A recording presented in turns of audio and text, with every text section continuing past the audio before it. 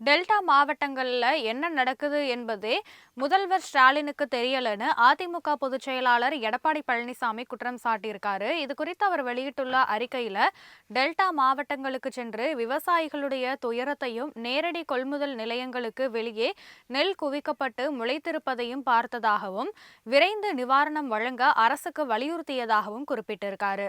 ஆனா தாம் பொய் குற்றச்சாட்டு சுமத்துவதாகவும் விவசாயிகளுக்கு எந்த பாதிப்பும் இல்ல அப்படின்னு முதல்வர் ஸ்டாலின் கூறுவதாக அவர் விமர்சித்திருக்காரு. டெல்டா மாவட்டங்களுக்கு சென்று விவசாயிகளுடைய உண்மை நிலையை வெளிப்படுத்திவிட்டேன் என்பதால திமுக அமைச்சர்களுக்கு ஆத்திரம் வர்றதா எடப்பாடி பழனிசாமி குற்றம் சாட்டியிருக்காரு.